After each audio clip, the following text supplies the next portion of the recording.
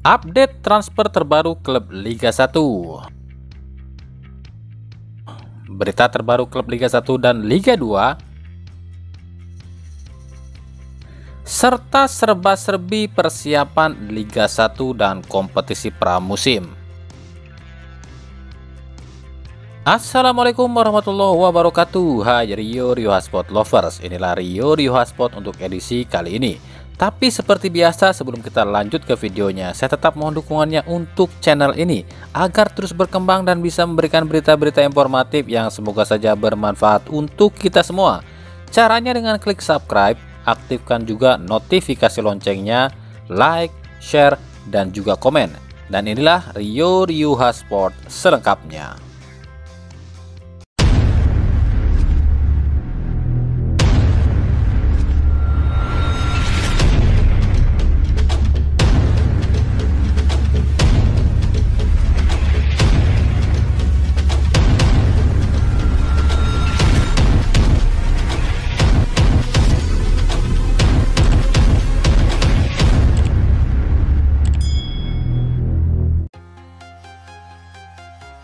Kita awali dari update transfer terbaru. Dewa United memperkenalkan dua rekrutan baru. Yang satu adalah ex-kiper Arema FC Utam Rusdiana dan winger lincah ex Bali United Fahmi Al-Ayyubi. Musim lalu Utam bermain di Persekat Tegal dan dipinjamkan ke PSM Makassar. Sementara Fahmi musim lalu dipinjamkan oleh Bali United ke Persik Kediri. Keduanya akan bertahan di Dewa United hingga satu musim ke depan dengan opsi perpanjangan.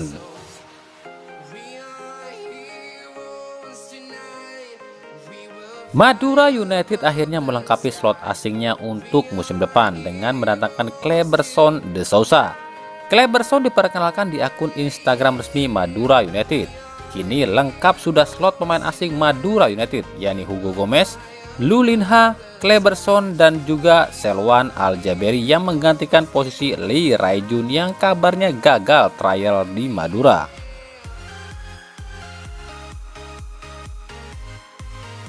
PSM Makassar pun memperkenalkan rekrutan asing terbarunya, yakni Yuran Fernandes.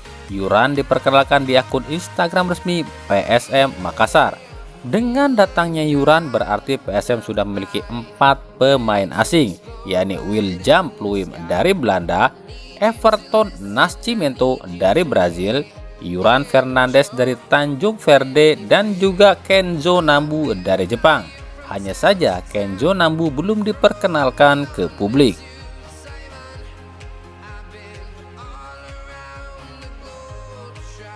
Dari Persis Solo, kabar terbaru Persis Solo akan segera meresmikan 3 pemain asingnya. Dari 3 nama ini tak ada nama Marco Simic maupun Ezekiel Duasel. Mereka adalah Arun Evans, Gerard Artigas, dan yang terbaru adalah Alexis Mesidoro. Lalu siapa satu slot lagi? Apakah EJ atau Simic? Dari tim Liga 2, tim Liga 2 Bekasi FC kabarnya berhasil mendatangkan penyerang veteran Herman Jumafo dari Dewa United. Selain Jumafo, Bekasi FC pun kabarnya berhasil mendatangkan Hamka Hamzah dari Rans dan juga Ahsanul Rizal dari Persis Solo.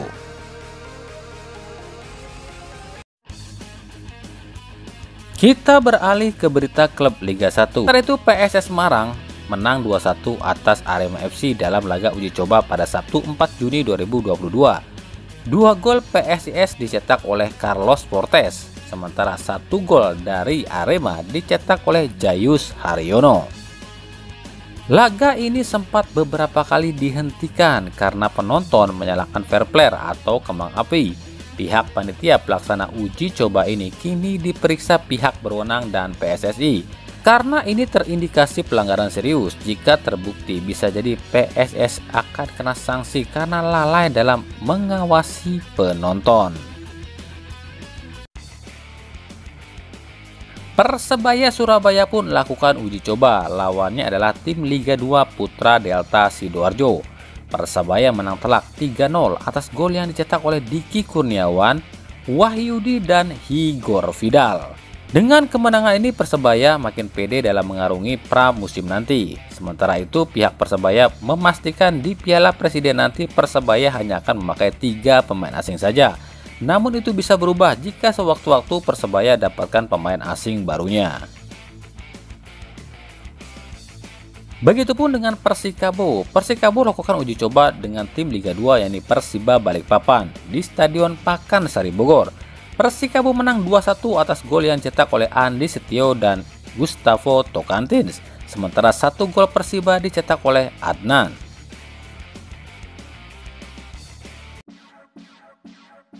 Dari Persib Bandung. Pekan ini Persib Bandung akan kedatangan pemain asingnya. Ia adalah Mark Hartman. Mark dikabarkan telah berangkat dari Filipina menuju Indonesia. Kabarnya Mark tak akan jalani trial di Persib. Namun Mark akan dicoba di ajang pramusim Piala Presiden 2022.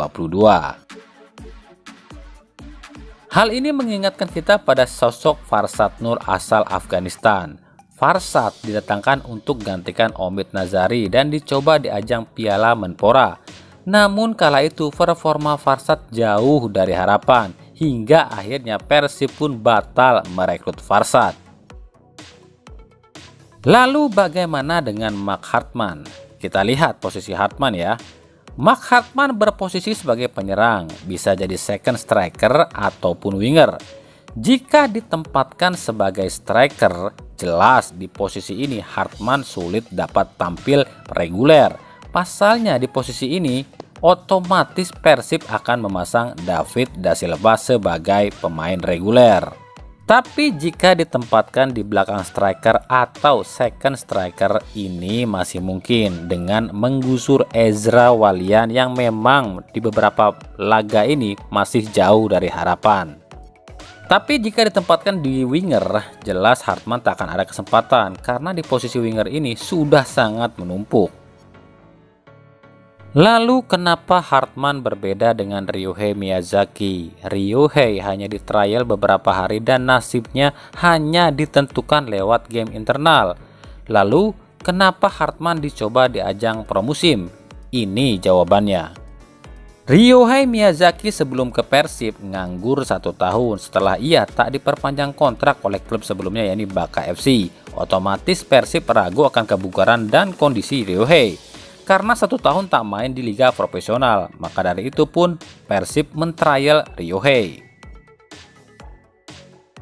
Sementara untuk Mark Hartman, sebelum ke Persib, ia baru saja selesai membawa klubnya yakni United City FC menjadi juara Liga Filipina dan baru saja kembali dari timnas Filipina. Otomatis kebugaran dan statistik Mark Hartman masih kondusif.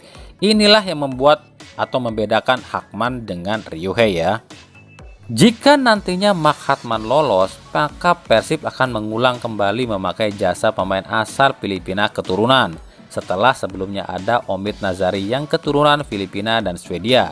Dan Persib akan jadi salah satu klub di Liga 1 musim depan yang tak ikut-ikutan wibu efek.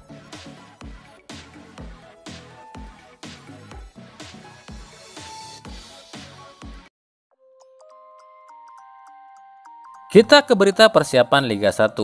PT LIB saat ini tengah mengevaluasi dan menyeleksi sarana dan prasarana tim Liga 1, termasuk salah satunya adalah stadion yang akan digunakan.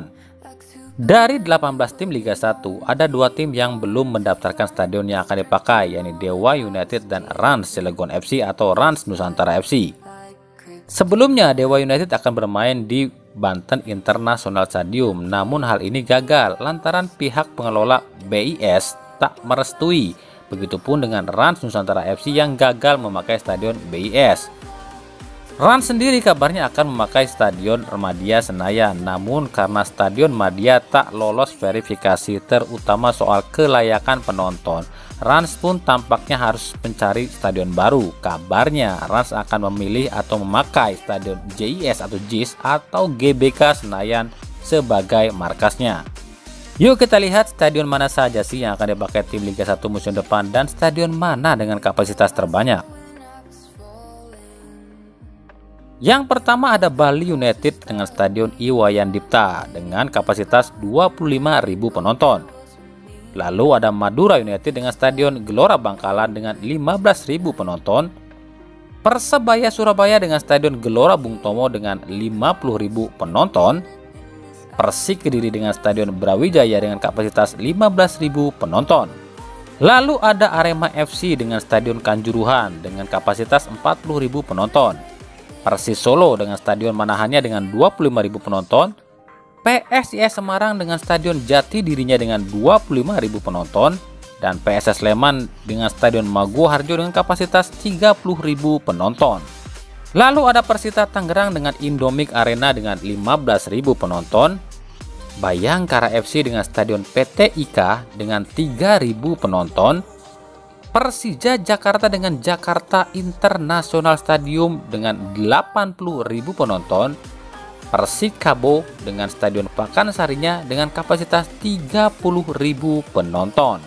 Kemudian ada Persib Bandung dengan Stadion GBLA dengan 38.000 penonton, PSM Makassar dengan Stadion Andi Matalata dengan kapasitas 15.000 penonton, Borneo FC dengan Stadion Segiri Samarinda dengan kapasitas 20.000 penonton, dan Barito Putra dengan Stadion 17 Mei dengan 12.000 penonton.